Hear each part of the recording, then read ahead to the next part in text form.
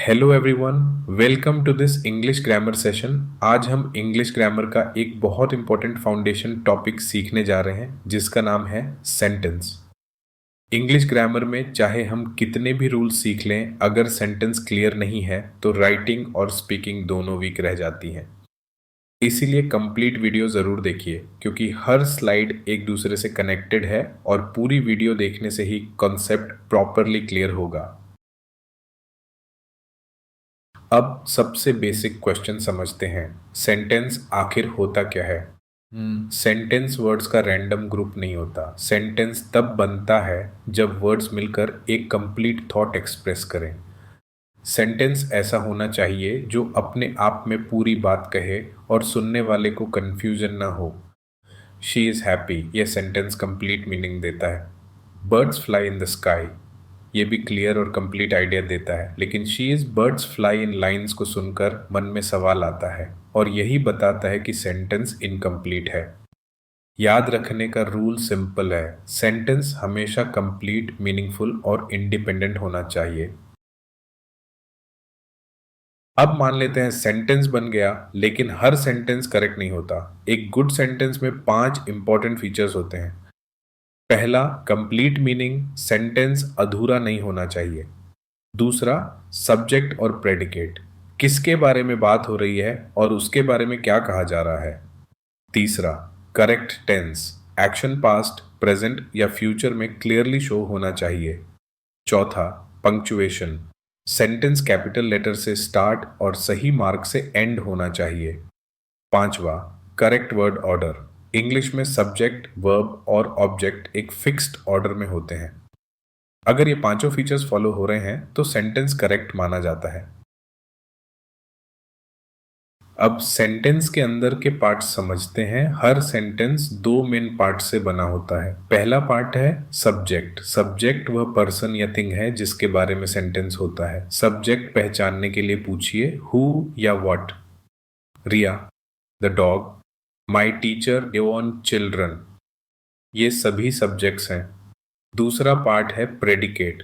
Predicate subject के बारे में इंफॉर्मेशन देता है, वह क्या करता है या किस कंडीशन में है।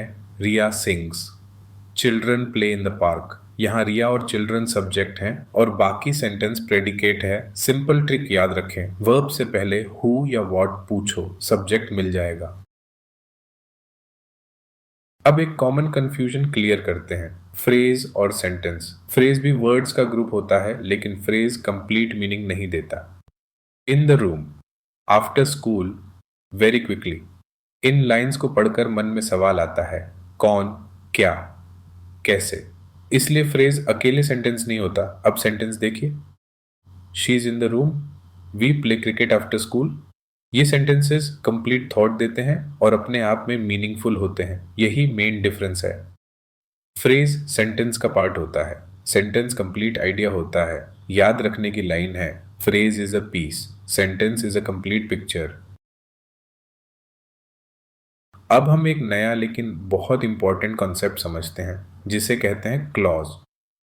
क्लॉज को आप सेंटेंस के अंदर का मिनी सेंटेंस समझ सकते हैं। क्लॉज में हमेशा 2 चीजें होती हैं, एक सब्जेक्ट और एक वर्ब। फॉर्मूला सिंपल है, subject plus verb is equal two clause. Example देखिए, शी इज क्राइंग, यहाँ शी सब्जेक्ट है और इज क्राइंग वर्ब है, इसलिए यह एक क्लॉज है। अब क्लॉजेस 2 टाइप्स के होते हैं, इंडिपेंडेंट क्लॉज जो अपने आप में कंप्लीट मीनिंग देता है, डिपेंडेंट क्लॉज जो अकेले कंप्लीट मीनिंग नहीं देता और सपोर्ट चाहता है।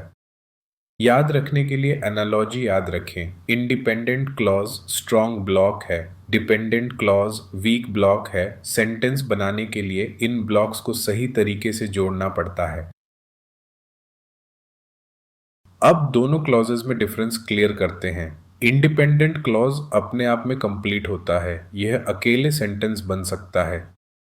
Examples, she is crying, I love ice cream, the sun is shining. इन सेंटेंसेस को किसी सपोर्ट की जरूरत नहीं है। डिपेंडेंट क्लॉज अधूरा होता है, यह अकेले सेंटेंस नहीं बन सकता। Examples, because she is tired, when I am happy. In clauses को सुनते ही माइंड ऑटोमेटिकली पूछता है फिर क्या। डिपेंडेंट क्लॉजेस अक्सर बिकॉज, व्हेन, इफ, ऑल्दो जैसे वर्ड से स्टार्ट होते हैं। जब इंडिपेंडेंट और डिपेंडेंट क्लॉज जुड़ते हैं तब कंप्लीट सेंटेंस बनता है। Example, she is crying because she is tired. अब सेंटेंस का सबसे कॉमन स्ट्रक्चर सीखते हैं। इंग्लिश का गोल्डन फॉर्मूला है subject plus verb plus object. Subject जो एक्शन करता है, वर्ब जो एक्शन होता है, ऑब्जेक्ट जिस पर एक्शन होता है। एग्जाम्पल देखिए, he plays cricket, he subject है, प्लेज वर्ब है, क्रिकेट ऑब्जेक्ट है।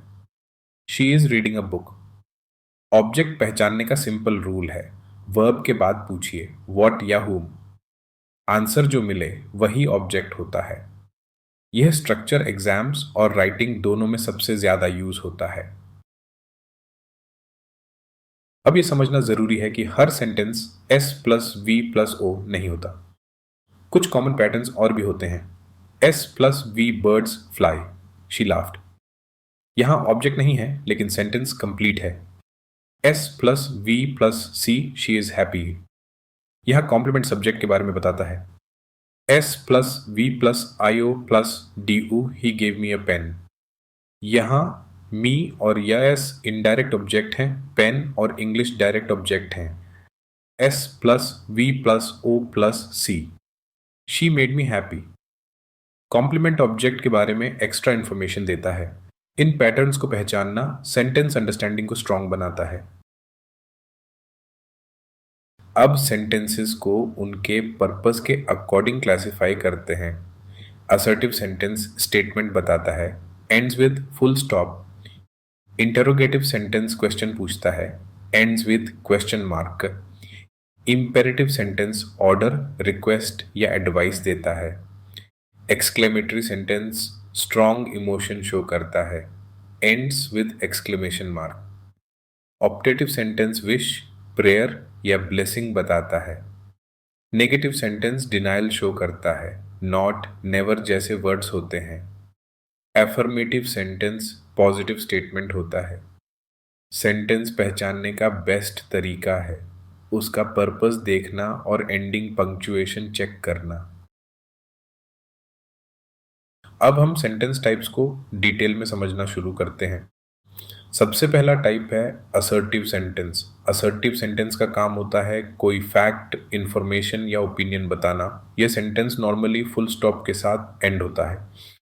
पॉजिटिव असर्टिव, यह सेंटेंस सिंपल स्टेटमेंट देता है। Examples, she is my sister, I like reading books. Negative assertive, यह सेंटेंस किसी बात को डिनाई करता है। स्ट्रक्चर याद रखें, सब्जेक्ट प्लस डू और डज और did plus not plus verb 1 examples, I do not like tea।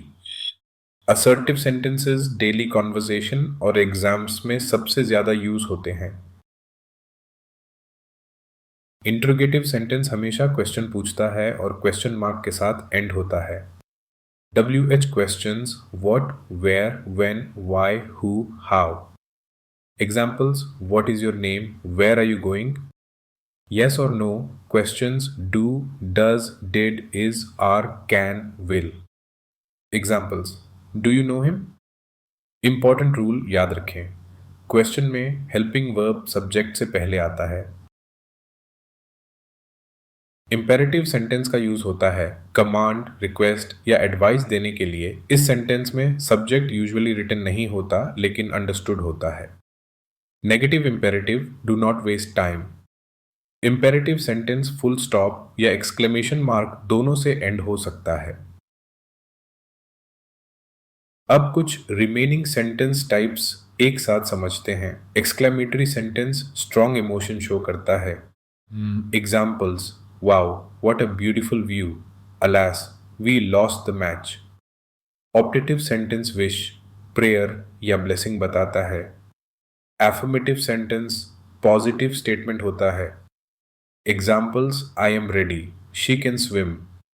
Negative sentence denial show करता है। Examples, I am not ready। Sentence पहचानने के लिए इमोशन, कीवर्ड्स और मीनिंग देखिए। अब सेंटेंसेस को स्ट्रक्चर के अकॉर्डिंग क्लासिफाई करते हैं। Simple sentence 1 independent clause. Example, she dances. Compound sentence 2 independent clauses. Example, she dances and he sings. Complex sentence 1 independent and 1 dependent clause. Example, she dances when she is happy. Compound complex sentence 2 independent and 1 dependent clause. Example, she dances and he sings when they are happy. अब हम sentence structure को detail में समझते हैं। सबसे पहले आता है सिंपल सेंटेंस। सिंपल सेंटेंस का मतलब है एक ही इंडिपेंडेंट क्लॉज और एक ही कंप्लीट आइडिया। सिंपल सेंटेंस में सब्जेक्ट एक हो सकता है या कंपाउंड भी हो सकता है। वर्ब भी सिंगल या कंपाउंड हो सकता है। एग्जाम्पल्स देखिए, she is dancing, the dog is barking. कुछ सेंटेंसेस लॉन्ग दिखते हैं लेकिन फिर भी सिंपल होते हैं क्योंकि उनमें सिर्फ एक ही सब्जेक्ट वर्ब रिलेशन होता है। इंपॉर्टेंट बात याद रखें, सेंटेंस लॉन्ग होने से कॉम्प्लेक्स नहीं बनता। क्लॉज काउंट से सेंटेंस टाइप डिसाइड होता है। कंपाउंड सेंटेंस में दो या दो से ज्यादा इंडिपेंडेंट क्लॉजेस होते हैं। इन क्लॉजेस को जोड़ने के लिए कोऑर्डिनेटिंग कंजंक्शंस यूज होते हैं जिन्हें हम फैन बॉयज कहते हैं। For and nor, but और yet so. एग्जाम्पल समझिए, I wanted to play but it started raining. यहाँ I wanted to play एक इंडिपेंडेंट क्लॉज है, it started raining दूसरा इंडिपेंडेंट क्लॉज है, बट उन्हें जोड़ रहा है। एक इंपॉर्टेंट रूल याद रखें, कंपाउंड सेंटेंस में फैन बॉयज से पहले कॉमा आता है। कॉम्प्लेक्स सेंटेंस में एक इंडिपेंडेंट क्लॉज होता है और एक या ज्यादा डिपेंडेंट क्लॉजेस होते हैं। Dependent clause alone complete meaning नहीं देता और usually because, when, if, although जैसे वर्ड्स से स्टार्ट होता है। एग्जाम्पल देखिए, I left because it was late. I left independent clause है, because it was late dependent clause है। कॉमा रूल याद रखें, अगर डिपेंडेंट क्लॉज पहले आता है तो कॉमा यूज होगा। When he arrived we started when he arrived. Complex sentences reason, condition और टाइम एक्सप्लेन करने में बहुत यूजफुल होते हैं। अब आता है सबसे advanced sentence type, compound complex sentence. इस सेंटेंस में दो या ज्यादा इंडिपेंडेंट क्लॉजेस और कम से कम एक डिपेंडेंट क्लॉज होता है। एग्जाम्पल समझिए, she was tired but she finished her work because she had a deadline. यह she was tired independent clause है, शी फिनिश्ड हर वर्क दूसरा इंडिपेंडेंट क्लॉज है, because she had a deadline dependent clause है। Identification tip याद रखें, अगर sentence में fan boys भी हो और सबऑर्डिनेटिंग कंजंक्शन भी हो तो सेंटेंस कंपाउंड कॉम्प्लेक्स होता है। अब पूरे चैप्टर को शॉर्ट में रिवाइज करते हैं। सेंटेंस हमेशा कंप्लीट मीनिंग देता है। हर सेंटेंस में सब्जेक्ट और प्रेडिकेट होते हैं। फ्रेज और क्लॉज में डिफरेंस है। फ्रेज इनकम्प्लीट होता है, क्लॉज में सब्जेक्ट और वर्ब होता है। सेंटेंस पैटर्न्स होते हैं S plus V, S plus V plus O और बाकी स्ट्रक्चर्स। फंक्शन के बेस्ड पर 7 टाइप्स के सेंटेंसेस होते हैं। स्ट्रक्चर के बेस्ड पर 4 टाइप्स के सेंटेंसेस होते हैं। अगर आपने ये पूरा लेसन स्टार्ट से एंड तक देखा है तो सेंटेंस ग्रामर की फाउंडेशन आपकी स्ट्रांग हो चुकी है।